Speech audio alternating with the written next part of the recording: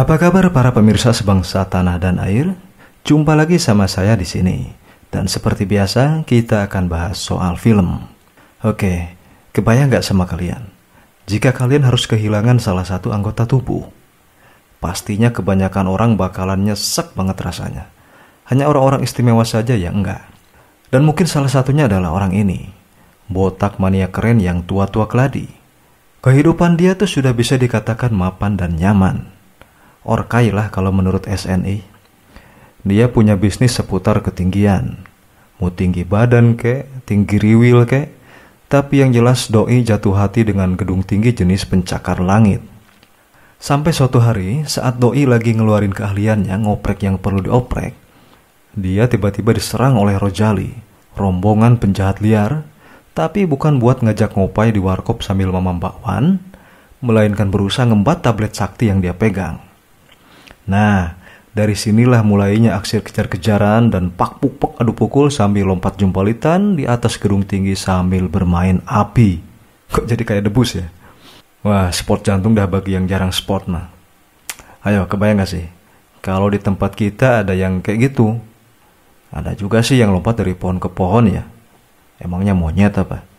Anyway, Busway, sebelum kita lanjutkan kisah gelo film ini, jangan lupa para pemirsa sekalian untuk memencet tombol subscribe dulu ya, agar Bang Penyiar tambah pinter dan rajin ngulasnya. Cus! Mohon perhatian Anda. Pintu teater 1 telah dibuka. Para penonton yang telah memiliki karcis, dipersilahkan memasuki ruangan teater. Di sebuah rumah yang cukup terpencil, sedang terjadi drama penyanderaan. Pelakunya seorang penjahat yang jahat, karena nggak ada penjahat yang baik. Karena negosiasi pembebasan Sandra Gatot alias gagal total, maka dikerahkanlah pasukan khusus. Perlengkapannya canggih banget dan lengkap dengan teropong malam. Kalau pakai ini, semua tukang ngintip malam-malam bakal ketangkep. Mereka dengan hati-hati mengintai si penyandra. Dan saat waktunya, langsung menyerbu masuk secepat manusia, menyelamatkan Sandra, dan ternyata si penjahat itu adalah bapaknya mereka sendiri. Kan wasem tenan. Tapi yang paling uedan, tanpa diduga si bapak memencet tombol sesuatu dan dia membunuh anak, istri, dan dirinya sendiri. Begitu juga pasukan khusus. Jauh di Hong Kong sana, umat manusia berhasil menciptakan karya fantastis dalam dunia bangunan. Sebuah gedung pencakar langit tertinggi sedunia kini menjulang kokoh dan megah menembus awan dan menyangga langit. Will, yang kehilangan satu kakinya akibat ulah penyandra geblek dulu, kini telah menjadi seorang konsultan keamanan profesional ternama. Dia telah menikah dan punya istri dan anak. Dia saat ini sedang mendapat pekerjaan yang menggiurkan dan mencuankan. Adalah Ben Gillespie, mantan rekan kerjanya yang merekomendasikan proyek besar ini untuknya. Untuk diketahui, Will sedang tinggal di gedung tertinggi dunia yang bernama The Pearl. Sorry kalau salah nyebut ya. Keadaan di dalam gedung itu sendiri sudah seperti sebuah kota. Lengkap semua, serba ada. Bahkan ada hutannya juga guys. Will mendapat tugas untuk memeriksa sistem keamanan dan keselamatan di gedung ini. Setelah bertemu dan berkenalan dengan CEO bos pemilik bangunan, Will mulai menyampaikan presentasi hasil analisa kerjanya. Setelah merasa puas dengan penjelasan Will, CEO bos pun menyerahkan padanya sebuah komputer tablet warna merah yang memberinya akses langsung ke sistem keamanan gedung. Dia pun diajak ke puncak tertinggi yang ada bolanya itu loh. Dan disinilah CEO bos yang ternyata doyan pamer, memperlihatkan kecanggihan sistem bangunan dan rahasianya. Will yang badannya segede gaban aja sampai kaget dibuatnya. Hampir saja dia kencing di celana. Untungnya dia bisa nahan, coba kalau enggak. Setelah acara nongkrong di atas awan tadi, si Ben kemudian ngajak Will jalan-jalan naik perahu. Setelah ngobrol ngalor ngidul, mereka pun sampai di tujuan. Dan Will tersentak kaget karena ada jambret yang merampas tasnya dengan cepat. Ben tanpa disuruh segera berlari mengejar. Tetapi ya itu, nggak berhasil. Di rumah tujuan, Will membuka jaket dan mengeluarkan tablet keramat itu darinya. Jadi si Zambret itu tadi apes banget aksinya. Ya, siapa tahu aja isi tas yang diembatnya tadi justru adalah bon utang atau belanjaan sayurnya si Will. Ternyata doi menyimpan tablet itu di jaketnya sebelum pergi bareng si Ben. Saat istri dan anak-anak Will pulang sehabis main, mereka berpapasan dengan tukang servis gedung. Anehnya, tampang mereka gak nampak kayak tukang, tapi justru mirip banget kayak bajingan tengik di film-film. Dan bener saja, mereka ini telah melakukan sesuatu di tempatnya Will. Oke, balik lagi ke TKP. Tiada angin, tiada hujan. Ben tiba-tiba saja menodongkan pistol asli, bukan mainan, pada si Will. Tentu saja doi kaget. Jangan-jangan Ben habis makan sambal goang level maut kali, kepedesan dia. Tapi bukan Will namanya kalau dia diem aja digituin. Secepat kilat doi melancarkan serangan. Meski awalnya tak mulus, Ben malah bisa ngejerutin kepalanya ke lemari. Namun berbekal ilmu dan pengalamannya dulu di pasukan elit serta kaki palsunya, Will mulai menguasai keadaan. Sampai akhirnya tanpa sengaja, Ben tertembak pistolnya sendiri. Kasihan. Ntar, gua minum kopi dulu ya. Sementara itu komplotan bajingan tengik botak yang menyusup ke dalam gedung mulai melancarkan aksinya. Mereka membuat kebakaran di lantai tempat anak dan istri Will berada. Jahat betul mereka, ya seperti cerita dalam film saja. Sedangkan Will dari kejauhan melihat sendiri kebakaran di gedung pencakar langit itu. Baru saja mau jalan, ujuk-ujuk doi disawer peluru sama bajingan tengik. Beruntung dia bisa lolos menerobos jendela. Tapi sayang untungnya itu cuma sebentar. Karena begitu turun dia langsung disetrum cewek bahenol. Bukan karena kecantol, tapi karena demen sama tabletnya. Pas bener waktu si cewek mau nembak Will buat pacaran, polisi pengayom masyarakat tiba di lokasi. Jadinya baku tembak pun pecah di antara mereka. Dan kini Will punya kesempatan buat kabur. Dia pun minjem motor Pak Pol untuk menuju gedung penggaruk langit. Istri Will dan anak-anaknya sedang harap-harap cemas. Beruntung sistem pemadam kebakaran gedung berfungsi dengan baik. Sebagai istri seorang konsultan keamanan, Sarah bisa bersikap dan bertindak tenang dalam keadaan genting. Gak panik apalagi sampai jerit-jerit jambak-jambakin rambut plus nyosor di lantai, itu gak ada ceritanya dia. Dan perjalanan Will tertutup oleh warga yang ribut pada nonton kebakaran. Kelakuannya sama persis kayak di sini aja ya, di NKRI. Dia pun gak bisa mencapai gedung, karena polisi juga menutup semua akses jalan menuju ke sana. Akhirnya, lewat telepon dia menyuruh bini sama anaknya untuk keluar dari situ. Dan doi ngebantu ngasih arahan secara online. Kendali fungsi gedung ternyata sudah diambil alih sama si cewek bahenol. Semua petugas ruang kendali udah disawer meriah sama timah panas. Peretasan sistem kendali ini membikin si Obos kebakaran jenggot. Tapi kok dia gak ada jenggotnya ya? Nah, sekarang komplotan bajingan tengik bisa ngutang-atik gedung sakarpe dewe. Mereka benar-benar ingin membuat gedung penggaruk langit itu terbakar dengan hebat. Dan tak lama kemudian, tercipta ledakan dan api yang bertambah besar. Di sisi lain, Will justru menjadi kambing hitam. Karena dialah yang memiliki akses penuh ke sistem keamanan gedung dengan tablet merahnya, yang tadi diembat sama si bahenol. Kini dia dianggap sebagai penyebab kebakaran dan jadi sasaran Pak Polisi. Terbayang anak istrinya, Will jadi nekat. Polisi dilawannya dan dia ngacir menuju gedung. Dia pun berhasil mendekati tiang kren proyek di samping gedung. Sayangnya digembok, tapi Will tak menyerah. Berbekal kepala botak dan otot gede, dia segera manjat ke atas, gak mungkin ke bawah. Dan lagi asik naik, rupanya Pak Pol nguntit dia dari bawah. Mereka pengen banget nangkep doi yang diyakini bersalah. Setelah susah payah, Will akhirnya sampai juga di puncak tower kren proyek. dan Doi segera masuk ke kamar operator dan menghidupkan kren. Dia putar ujung kren 180 derajat sampai mengarah ke gedung yang kebakar. Will kemudian memanjangkan jalur kren. Tapi sayangnya keburu mentok habis sebelum bisa nempel ke gedung. Dan tersisalah jarak beberapa meter. Doi yang gak kehabisan akal segera mengayun-ayunkan kait kren ke gedung. Beruntung upayanya ini berhasil. Nyangkut juga akhirnya. Tapi dia harus berpacu dengan waktu. Jangan sampai Pak Polisi keburu masuk dan menggagalkan kerja kerasnya. Tak disangka, kaitan kren terlepas dari bibir gedung. Dan polisi berhasil menjebol pintu lift yang dikunci. Dalam keadaan ini, Will lebih memilih untuk nekat melompat cantik ke dalam gedung. Sementara itu si Obos sudah hampir sampai di helikopter.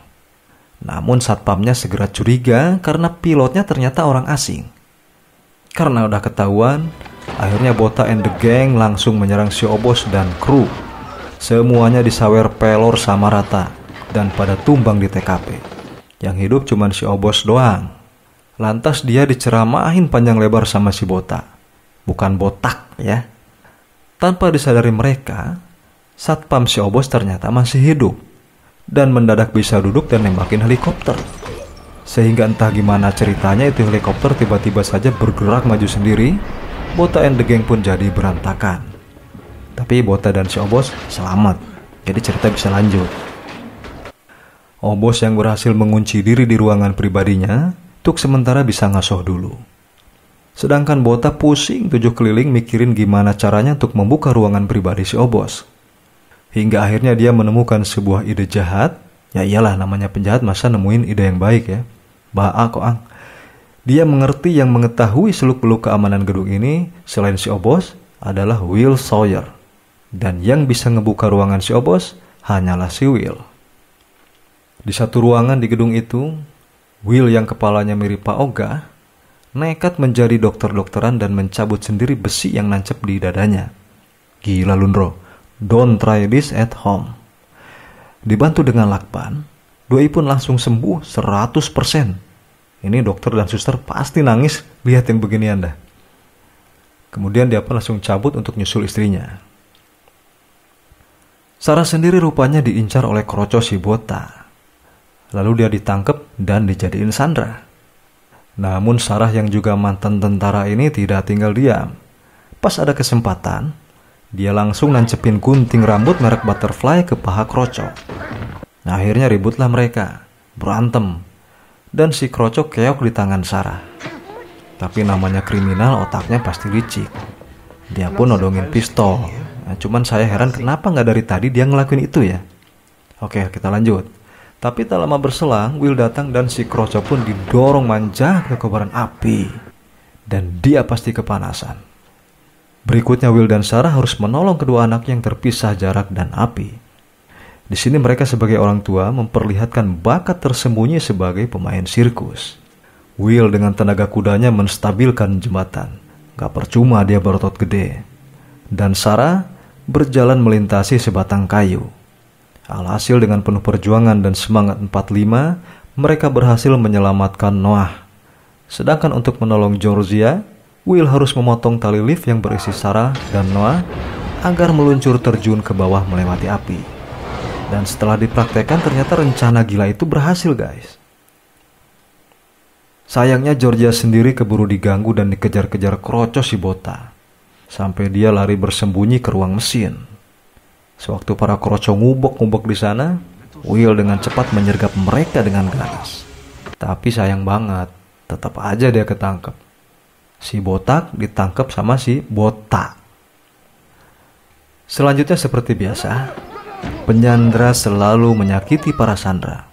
Dengan ancaman keselamatan anaknya, Will dipaksa untuk bisa membuka ruang pribadi si Obos yang tak bisa ditembus komplotan bajingan tengik. Beneran tengik loh, asli. Sambil nyesek, Will agak sedikit lega mengetahui Sarah dan Noah berhasil keluar gedung dari siaran TV. Mau gak mau sekarang si Will mesti memutar otak dan otot agar bisa memenuhi tuntutan Om Botta. Doi tak mau anaknya sampai jadi korban. Maka dengan kenekatannya, Dia kayak cicak-cicak di dinding, diam-diam merayap, menyusuri dinding luar gedung ditemani hawa panas api yang berkobar hebat. Terus dia melompat melewati baling-baling besar dan masuk ke dalam. Gak susah lah, gampang, kita ngeliatnya seperti itu. Seterusnya dia memotong salah satu kabel yang secara aneh bin ajaib bisa membukakan pintu si Obos. But, tiba-tiba saja bola api besar menyambar padanya. Dan Will melompat ala Tarzan tepat pada waktunya. Telat dikit aja, bisa gosong dia ke ikan asin. Kaget pintunya kebuka, si Obos pun segera menutupnya. Will yang baru aja selamat, buru-buru bertindak buat ngeganyel pintu pakai kakinya sendiri. Untungnya dia tidak merasakan sakit kejepit. Namun baru aja ngasoh sebentar, dia udah ditodong si Obos. Dan gak pakai lama, bisa dilumpuhkannya tapi. Setelah ngopi bareng, Will dan Obos pun ngobrol santai. Topiknya tentang komplotan si berat ini. Disinilah si Obos mulai jujur dan terbuka. Nyeritain segalanya, secara apa adanya, tanpa ditunda, gak pakai rekayasa, gak perlu dipaksa. Intinya, si Bota memeras dia, tapi dia bisa tahu segala rahasia Bota. Kan bete banget jadinya si Bota ini. Kesel. Kehilangan harga diri sebagai penjahat tingkat tinggi. Si Obos menyimpan semua rahasia Bota di flash disk miliknya. Singkat cerita, Obos pun terpaksa digiring oleh Will ke puncak gedung. Di sana Bota and the gang sudah menunggu manis. Tidak ketinggalan anaknya Will ada juga di sana. Di lokasi inilah akan diadakan pertukaran. Tapi baru aja mulai nego, si Obos malah bikin ulah. Ngerampas pistol dan flash disk sambil nodong si Will. Sekarang gantian si Obos yang jadi pengarah acara. Bota yang gak mau kebongkar rahasianya, memberikan parasut yang diminta si Obos. Lalu tanpa ada yang menyangka, si Obos melempar flash disk dan ngacir ke belakang. Diikuti Will yang ngebacok kroco pakai sajam. Anaknya Will juga ada kesempatan buat kabur. Akhirnya mereka bertiga bisa ngacir berjamaah.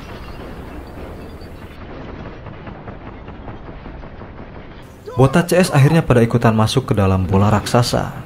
Dan mereka disambut penampakan yang seperti rumah kaca. Bayangan ada di mana-mana dan dinding pun menghilang. Si Obos yang memang menguasai kondisi ini segera saja beraksi.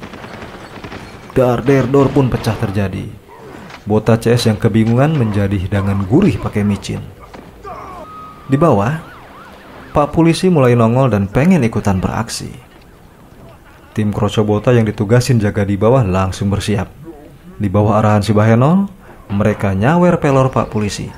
Maka baku tembak pun segera meriahkan suasana. Sedang di atas, tawuran masih berlangsung sengit. Ternyata si Will ini bukan kaleng-kaleng. Satu persatu koncone Bota dieliminasi olehnya. Balik lagi ke bawah. Polisi yang gagah di jalanan ternyata dibuat keteteran. Si cewek Bahenol ternyata jago banget guys. Tapi saat ada kesempatan, Sarah yang berdarah tentara menyergap manja padanya sampai terjadilah duel sengit sesama wanita di dalam mobil lagi. Sehingga mobilnya goyang-goyang. Tapi ya karena faktor usia, Sarah akhirnya terdesak juga. Tapi untunglah Pak Polisi tiba tepat pada waktunya, seperti biasanya. Kita ke atas lagi. Aduh, pusing juga ini sebenarnya, atas bawah. Kali-kali kiri kanan bisa nggak sih? Oke lanjut. Si Obos yang terluka istirahat dulu. Kini bagian si Will seorang diri ngadepin Bota. Yang dia temuin lagi anteng berdiri. Tapi saat dia berbalik, ternyata anaknya Will dijadikan sandera. Terpaksa deh, doi jatuhin pistol agar anaknya nggak jadi korban. Di saat Bota merasa udah menang, Will ngasih tahu secara manis kepada dia bahwa dia ada di belakangnya. Dan ceprot, Bota pecah kena petasan. Selamat deh anaknya si Will ya. Belum selamat. Karena sekarang mereka terjebak api yang melahap seluruh bangunan gedung. Gak ada jalan keluar. Hanya tinggal pasrah dan berserah. Pada saat yang bersamaan di bawah lagi dah.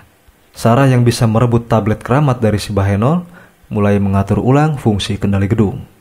Dan akhirnya semua kendali kembali ke settingan pabrik. Semua fungsi utama gedung bekerja lagi. Kebakaran hebat yang tadi seganas macan sekarang jadi jinak seperti kucing. Hingga akhirnya api pun lenyap sama sekali. Si Obos, si Will dan anaknya, mereka bertiga sekarang beneran selamat. Asli pakai banget. Dengan muka mehong belepotan, mereka dijemput turun oleh helikopter. Dan seperti yang pemirsa semua harapkan, ending film ini indah berkilauan. Will berkumpul kembali dengan selamat bersama istri dan semua anak-anaknya. Dan begitulah kisah geledegan dari film ini. Semoga kita semua bisa mengambil sisi positif dari tayangannya, meskipun saya juga nggak tahu apa aja itu dah. Ya udah, sekian dulu aja. Adios amigos, sawios da parantos, merdeka.